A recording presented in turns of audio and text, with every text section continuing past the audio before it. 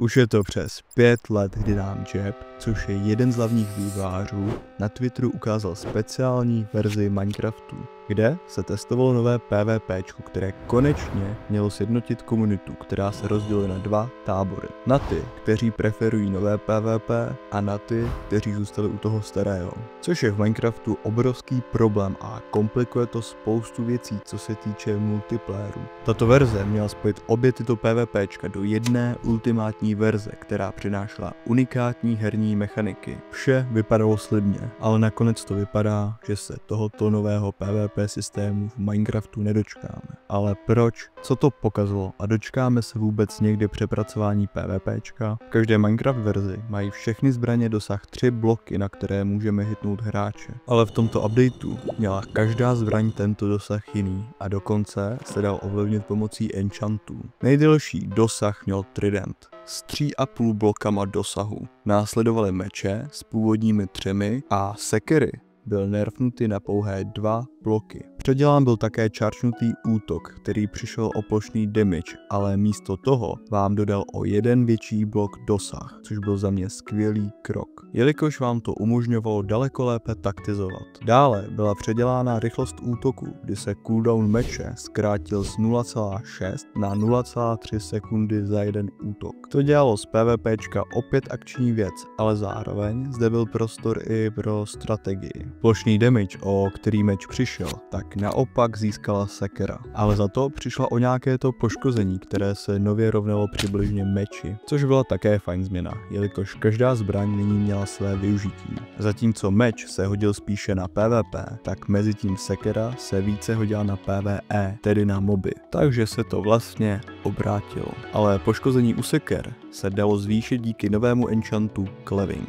který byl sharpnessem pro sekery, s tím bonusem, že zvyšoval dobu, na kterou deaktivují oponenta štít, který když jste v této verzi použili ve sneaku, tak jste mohli zároveň útočit. Tato verze dělala z PvPčka komplexní záležitost, kde nyní záleželo na mnoha faktorech a bylo spoustu možností, jak vést souboj s ostatními hráči. Což bylo za mě super, jelikož mi staré PvP přijde jen o zběsilém klikání a naopak to nové mi přijde strašně nudné, což mě mrzí, jelikož si myslím, že by Minecraft mohl být parádní PvP hrou. Což je i jeden z důvodů, proč vyvíjím Fighter, můj vlastní server zaměřený na PvP pouze pro ty nejlepší. Pokud tě zajímá více, link najdeš v popisku videa. Ale zbraně nebyly jedinou věcí, které byly předělány. Přišlo i spoustu zajímavých menších novinek, které měnily ostatní mechaniky ve hře. Jako třeba to, že se poušny daly stakovat po 16, což mi přijde jako zbytečně moc OP.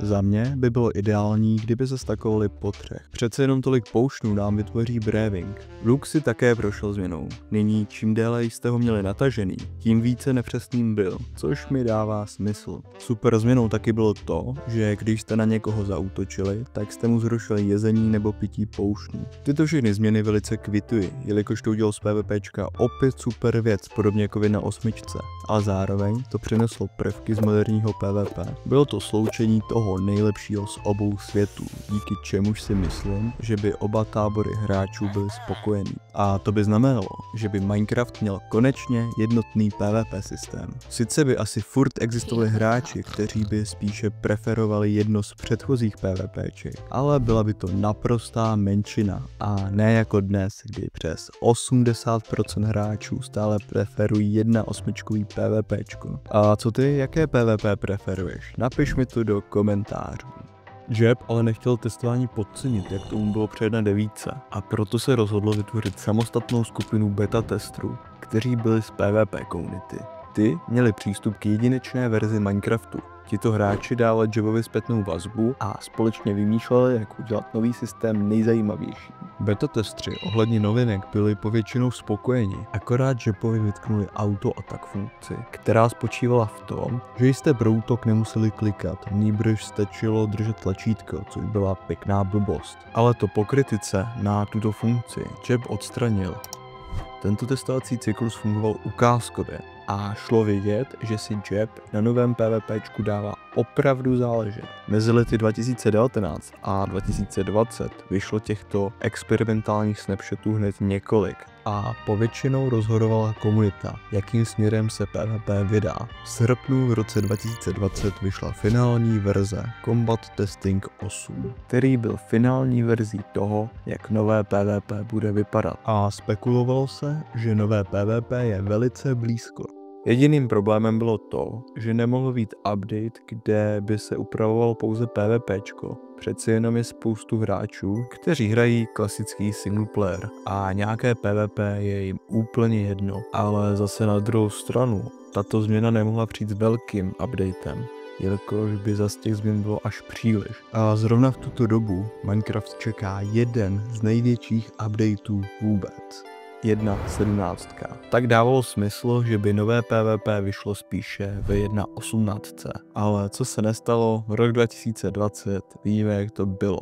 Mojang vůbec nestíhal předat všechny ty novinky, které slíbil, že do 1.17 přijdou a proto museli tento update rozdělit na dvě části. A to znamenalo, že se přepracování PvPčka posune opět o jednu verzi. Komunita to chápala, jenže Mojang potom udělal ještě de facto třetí část Cave and Cliffs updateu a nové PvP bylo opět posunuto. A to nás dostává do současnosti, kdy nové PvP stále v Minecraftu nemáme, jelikož s tím, jakou vlnu kontroverze tyto poslední updaty přinesly, tak se Mojang obává udělat tak velkou změnu, jako by bylo nové PvP.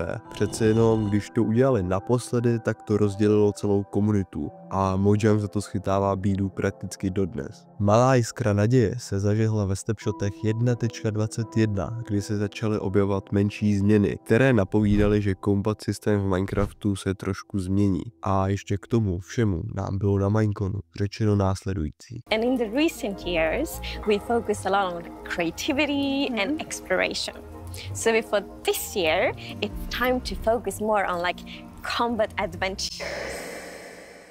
Z tohoto tvrzení mnoho hráčů vyvodilo to, že nás konečně čeká vymodelný combat update, ale byl to totální bait. King B Dog Z, jeden z předních vývojářů, o kterém mám videjko by the way, nám na Twitteru uvedl věci na pravou míru, protože nechtěl, aby se hráči těšili na něco, co do hry nepřijde. Napsal, že si uvědomuje, jak prohlášení na Mineconu působí, ale pravdou je spíše to, že 1.21 se zaměří spíše na PvE. A dále zmínil to, že přepracování PvPčka není vůbec na pořadu dne, jelikož je to velice komplikované, ale když už by nové PvP do Minecraftu přišlo, tak by určitě nechtěl, aby to mělo cokoliv společného se starým 1.8 PvPčkem, protože podle něj je příšerný. Sice testování nového PvP už proběhlo a bylo docela vyladěné, ale vůbec to nebralo potaz, jak to ovlivní PvE, což podle King B Dogse je velkým problémem, jelikož se domnívá, že je hra spíše kreativní a pro kompetitivní boj tam zkrátka není místo.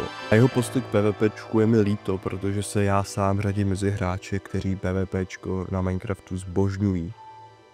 Nejpravděpodobněji Mojang již nevěnuje takovou pozornost novému PvP kvůli tomu, že od doby, kdy byl tento kombat systém představen, tak uběhla dlouhá doba a mnohé se změnilo. Dřív tento update měl být primárně kvůli tomu, aby spojil hráče starého PvP a toho nového, jelikož předtím existovalo mnoho hráčů, kteří hráli na serverech se starým PvP, ale od té doby tyto servery postupně umřely či dokonce byly zrušeny, což nasvědčuje tomu, že staré PvP již ani není zdaleka tolik zajímavé jako dříve a postupně hráči přechází na nové verze. Ale co si Mojang podle mě neuvědomuje, tak je to, že to není díky tomu, protože se hráčům z ničeho nic 1.9 PvPčko začalo líbit, ale nýbrž kvůli tomu, že prostě těch novinek od 1.8 je už zkrátka moc a za ty dlouhý léta hráče 1.8 omrzela. Přece jenom už je to 11 let stará verze a hráči postupně akceptovali to, že aby získali všechny ty nové prvky Minecraftu,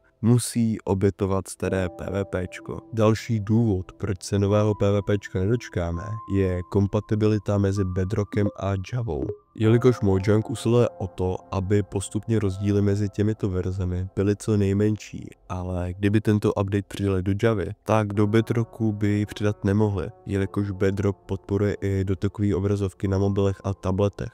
A tutový PvP by na dotykové obrazovce nefungovalo. Ale podle mě by se to všechno dalo vyřešit, ale prostě Mojang nechce a místo toho přidávají další nové bloky, což mi přijde jako obrovská škoda, jelikož Minecraft má opravdu obrovský potenciál být kompetitivní hrou. Přece jenom si vemte, jak je PvP velkou věcí a to nám Mojang do něj hází vidle. Teď si představte, kdyby se spíše naopak snažili PvP vylepšovat. Tak by to mohla být jedna z nejlepších věcí na celém Minecraftu, jelikož ten potenciál je obrovský. Nebo by nám alespoň do hry mohli přidat jednoduchý game rule, který by odebral cooldown na útočení. A díky tomu bychom jednoduše mohli mít původní PvPčko na moderních serverech. No nic, pokud si tento snapshot, kde se nové PvP testovalo, chcete vyzkoušet, tak dole naleznete link na můj Discord, kde najdete návod, jak si ji nainstalovat. Pokud tě zajímá ta nejlepší funkce, kterou Mojang z hry odebral, tak tady máš video, budu moc rád za like a odběr, díky moc a měj se, čau.